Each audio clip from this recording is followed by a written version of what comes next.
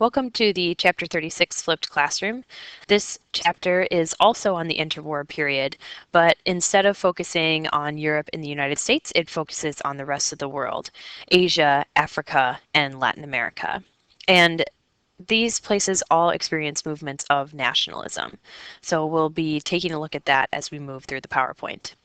This nationalism is represented on the PowerPoint here with the different flags of India, Kenya, and Mexico. So first we'll start out with some overarching ideas. Keep these in mind as we move through the PowerPoint. Though the conflict centered on Europe, the Great War shifted the political, social, and economic landscape of the whole entire world. And in the long run, perhaps the greatest impact was felt in colonies and former colonies of the great powers. So that's kind of an interesting notion.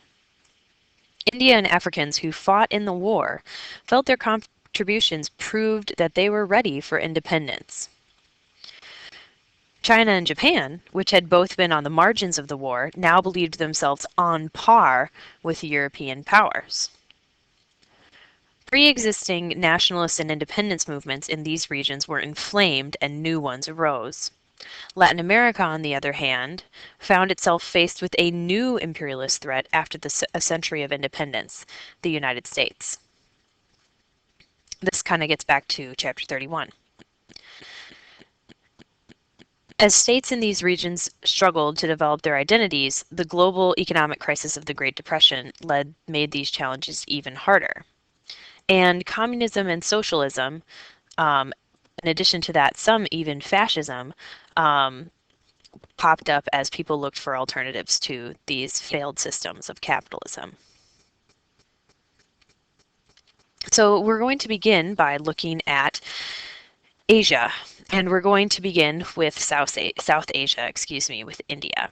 The Great War, both through the weakening of colonial European powers and the spread of ideas such as self-determination, which is the idea that India should be run by people who are Indian, and you can remember this from Woodrow Wilson, his unsuccessful attempt to bring this principle to the peace conferences and spread this principle. We could say it's maybe semi-successful. This hastened the transformation of Asia.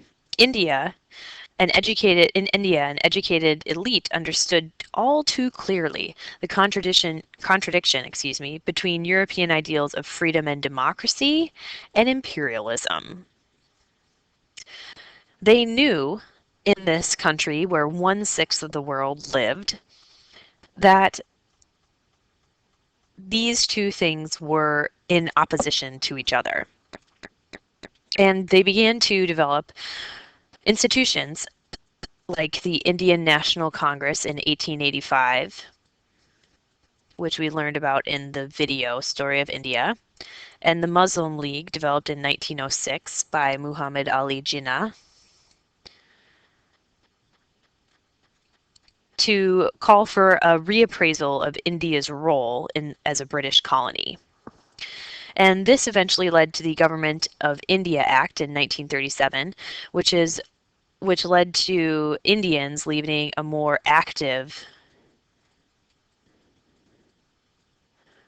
role in government. This was really complicated by local alliances with business people.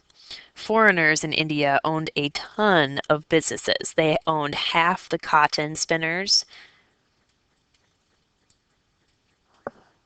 and 3/4 of the shipping and railroads. So it's not like India could just go ahead and become independent. There were all these economic factors to consider that complicated independence. The road to independence was partially led by a man who you should know, Mohandas Gandhi. Unlike many nationalist movements that would slip into bloodshed, Gandhi stressed nonviolent changes through passive resistance. He was educated in London and then a as a lawyer moved to South Africa, where there was a large population of South Asians, and these people were treated as second-class citizens. This treatment was unjust to him, and obviously it was unjust in general.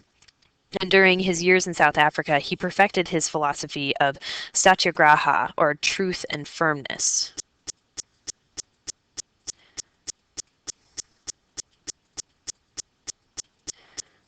This was the idea that if you show people the truth about imperialism, then that will lead to them understanding that it can no longer exist. You have to show imperialism as being morally bankrupt. That's a very important phrase. And then there's also ahimsa, which is nonviolence.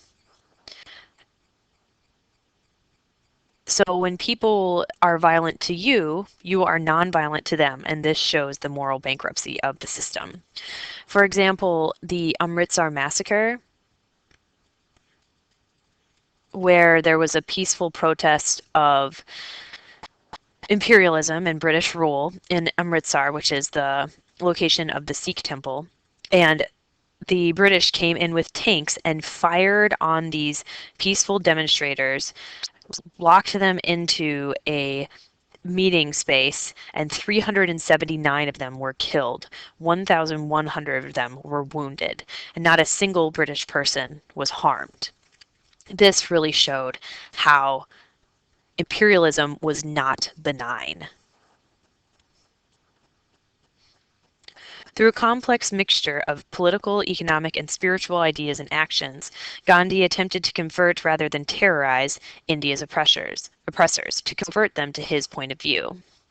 So one example of this is spiritual ideas would be fasting. Economic idea would be to weave his own cotton, which was illegal. And he also believed in getting rid of untouchability. And a great example of these ideas is the 1930 Salt March. It was illegal for, and we'll see a picture of this in a moment, it was illegal for Indians to gather salt from the Indian Ocean. And this was part of the non-cooperation with the British, with British laws. Indians would boycott their products. They would go after the British monopolies. And one of the monopolies they had was on salt. Even though Indians could collect this freely from the Indian Ocean, they were not allowed to. And so Gandhi, with his supporters, marched across the country and then gathered salt from the Indian Ocean. And people who went with him were beaten. Some of them were put in jail. And this really, again, showed the moral bankruptcy of imperialism. Sometimes Gandhi's followers were violent, which went against his ideas. And towards the end of this time period, India had a very murky future. They don't gain independence until the 1940s, the 1947 partition. And this led to a really murky situation where leaders such as Muhammad Ali Jinnah called for the creation of a separate state for the Islamic population. This would be Pakistan, because he did not believe that Muslims would ever be equal in a Hindu state.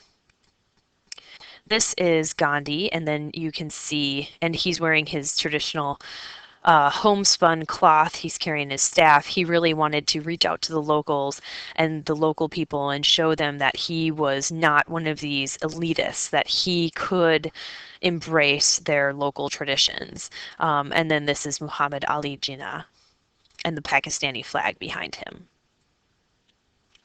That's where we'll stop now with India, and we'll be moving on in the second part of this PowerPoint to China.